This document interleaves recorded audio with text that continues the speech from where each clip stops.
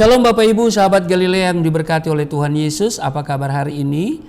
Mari kita datang kepada Tuhan sebelum kita beraktivitas sebagai wujud kita mengasihi Tuhan. Amin.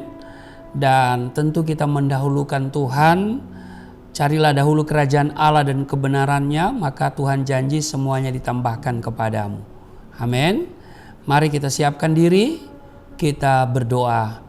Bapa, di dalam nama Yesus Kristus kami datang di hadapan-Mu dengan penuh sukacita. Kami mengucap syukur buat perlindungan Tuhan dan berkat penjagaan Tuhan di sepanjang malam yang telah berlalu dalam istirahat tidur kami. Dan hari ini Engkau adakan bagi kami percaya bukan kebetulan, tapi Tuhan punya maksud, memiliki rencana yang khusus dalam hidup kami. Dan karena itu sebelum kami masuki hari ini dengan seluruh kegiatan kami hendak baca, dengar, dan renungkan firman-Mu. Kiranya Engkau mengurapi kami, membuka hati pikiran kami, supaya apa yang kami baca, kami dengar tidak untuk kami lupakan, tapi itu termaterai dalam hati kami dan menjadi rema dalam hidup kami. Berbicaralah kepada setiap kami, juga urapi hamba-Mu yang tidak ada apa-apanya. Di dalam nama Tuhan Yesus. Haleluya. Amin. Bapak Ibu, kita baca di 1 Timotius pasalnya yang ke-6 pada ayat 11 sampai dengan ayat 21, pesan penutup. Demikian Lembaga Alkitab Indonesia memberi judul. Ayat 11, tetapi engkau hai manusia Allah, jauhilah semuanya itu, kejarlah keadilan, ibadah, kesetiaan, kasih, kesabaran, dan kelembutan. Bertandinglah dalam pertandingan iman yang benar dan rebutlah hidup yang kekal. Untuk itulah engkau telah dipanggil dan telah engkau ikrarkan ikrar yang benar di depan banyak saksi. Di hadapan Allah yang memberikan hidup kepada segala sesuatu, dan di hadapan Kristus Yesus yang telah mengikrarkan ikrar yang benar itu juga di muka Pontius Pilatus, kuserukan kepadamu. Ayat 14, turutilah perintah ini dengan tidak bercacat dan tidak bercela, hingga pada saat Tuhan kita Yesus Kristus menyatakan dirinya. Ayat 15, yaitu saat yang akan ditentukan oleh penguasa yang satu-satunya dan yang penuh bahagia, Raja di atas segala raja dan Tuhan di atas segala Tuhan. Dialah satu-satunya yang tidak takluk kepada maut, bersemayam dalam terang yang tak terhampiri, seorang pun tak pernah melihat Dia, dan memang manusia tidak dapat melihat Dia. Baginya lah hormat dan kuasa yang kekal. Amin. Ayat 17, peringatkanlah kepada orang-orang kaya di dunia ini, agar mereka jangan tinggi hati dan jangan berharap pada sesuatu yang tak tentu seperti kekayaan, melainkan pada Allah yang dalam kekayaannya memberikan kepada kita segala sesuatu untuk dinikmati. Ayat 18, peringatkanlah agar mereka itu berbuat baik, menjadi kaya dalam kebajikan, suka memberi dan membagi. Ayat 19, dan dengan demikian mengumpulkan suatu harta sebagai dasar yang baik bagi dirinya di waktu yang akan datang untuk mencapai hidup yang sebenarnya. Ayat 20, hai Timotius, peliharalah apa yang telah dipercayakan kepadamu.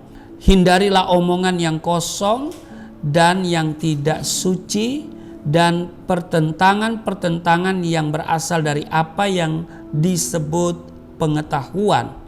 Karena ada beberapa orang yang mengajarkannya dan dengan demikian telah menyimpang dari iman. Kasih karunia menyertai kamu. Demikian di 1 Timotius 6 ayat 11 sampai dengan 21. Di ayat 12 dikatakan begini, bertandinglah dalam pertandingan iman yang benar dan rebutlah hidup yang kekal. Untuk itulah engkau telah dipanggil, kerarkan ikrar yang benar di depan banyak saksi. Bapak Ibu sahabat Galilea yang diberkati oleh Tuhan Yesus, hidup orang percaya adalah suatu arena pertandingan iman. Oleh karena itu, kita harus berjuang sedemikian rupa supaya kita bisa menyelesaikan pertandingan dengan baik sampai garis akhir. Amin. Nah, untuk itulah engkau telah dipanggil. Demikian dikatakan kan? Bertandinglah dalam pertandingan iman yang benar. Rebutlah hidup yang kekal. Untuk itulah engkau telah dipanggil. Tuhan memanggil saudara dan saya untuk menjadi alat kemuliaannya di bumi. Artinya, hidup kita harus mencerminkan kemuliaan Kristus dengan mempraktekkan firman Tuhan dan bersikap tegas terhadap dosa sehingga kehidupan kita tidak bercacat dan tidak bercelah. Amin. Nah, pertanyaan sekarang adalah hal-hal apa saja yang harus orang percaya lakukan untuk memenuhi panggilan Tuhan. Saudara dengar baik, kita harus menjauhi keinginan-keinginan daging atau keinginan duniawi. Dikatakan di Galatia pasal 5 ayat 17, sebab keinginan daging berlawanan dengan keinginan roh dan keinginan roh berlawanan dengan keinginan daging, karena keduanya bertentangan sehingga kamu setiap kali tidak melakukan apa yang kamu kehendaki. Demikian Galatia pasal 5 ayat 17. Dikatakan perbuatan daging telah nyata, yaitu apa? Percabulan, kecemaran, hawa nafsu, ya kan? Di Galatia pasal 5 ayat 19, di ayat 20 dikatakan penyembahan berhala, sihir, perseteruan, perselisihan, iri hati, amarah, kepentingan diri sendiri, percideraan, roh pemecah ayat 21, kedengkian, kemabukan, pesta pora dan sebagainya.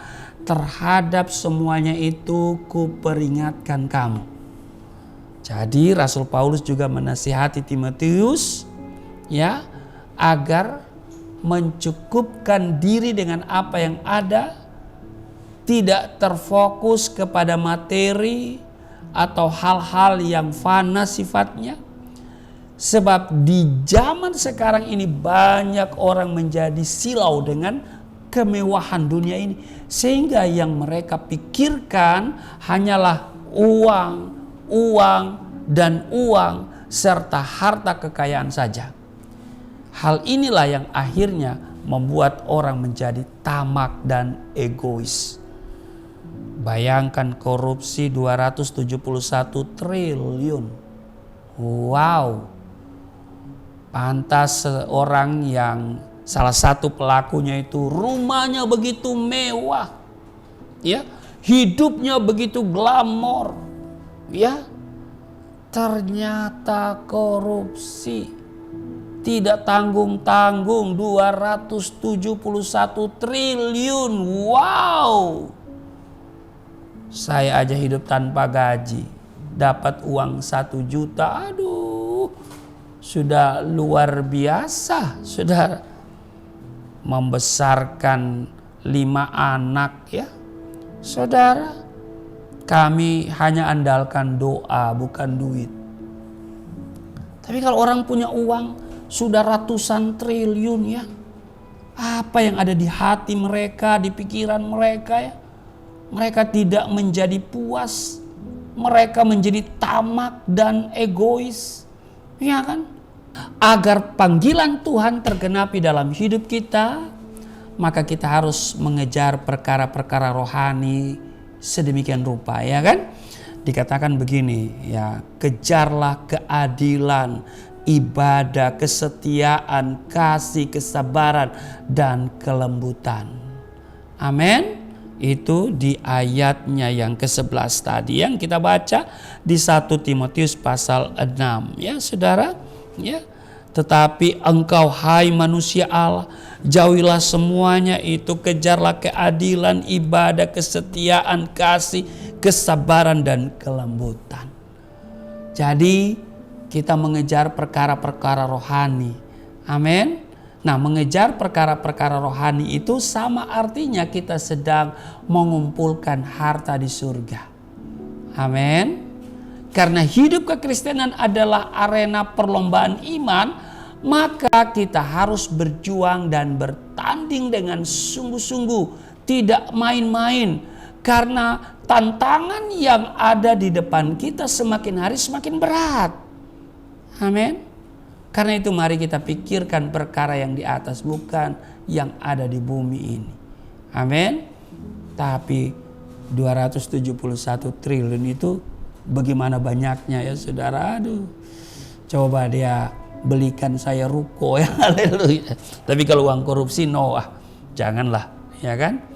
Kita sudah 7 tahun nih bergumul nih ya, berdoa supaya Tuhan berikan kami 1 unit ruko, supaya Yayasan Pelayanan Galilea ya tidak terbeban lagi setiap tahun saya bergumul ya untuk apa, perpanjangan kontrak ya. Apalagi kalau mau jatuh tempo saudara, aduh jantung ini berdebar-debar. Hanya ada 2 hal yang membuat jantung berdebar-debar, yaitu jatuh cinta dan jatuh tempo. Haleluya. Tuhan Yesus memberkati. Mari kita berdoa. Terima kasih Tuhan untuk hari ini. Kami diingatkan supaya mengejar keadilan, ibadah, kesetiaan, kasih, kesabaran, dan kelemah lembutan. Kami juga diingatkan bahwa kami harus bertanding dalam pertandingan iman yang benar, dan kami merebut hidup yang kekal. Terima kasih Tuhan, Engkau panggil kami untuk melakukan hal-hal yang demikian. Biarlah mata kami hanya tertuju kepada Tuhan, dan kami fokus pada perkara-perkara yang memiliki nilai kekekalan. Terima kasih, berkati seluruh sahabat Galilea dalam seluruh aktivitas mereka di hari ini. Ada penyertaan, ada perlindungan Tuhan, ada berkat yang melimpah. Tuhan menolong mereka semua di dalam nama Tuhan Yesus. Haleluya. Amin.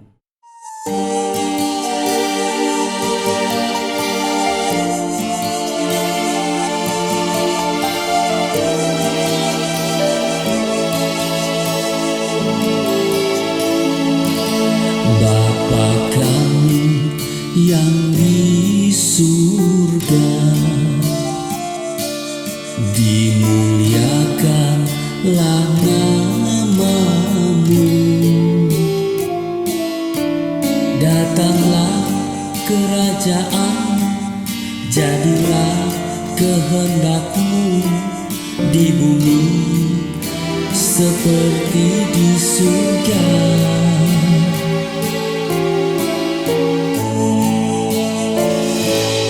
Berikanlah kepada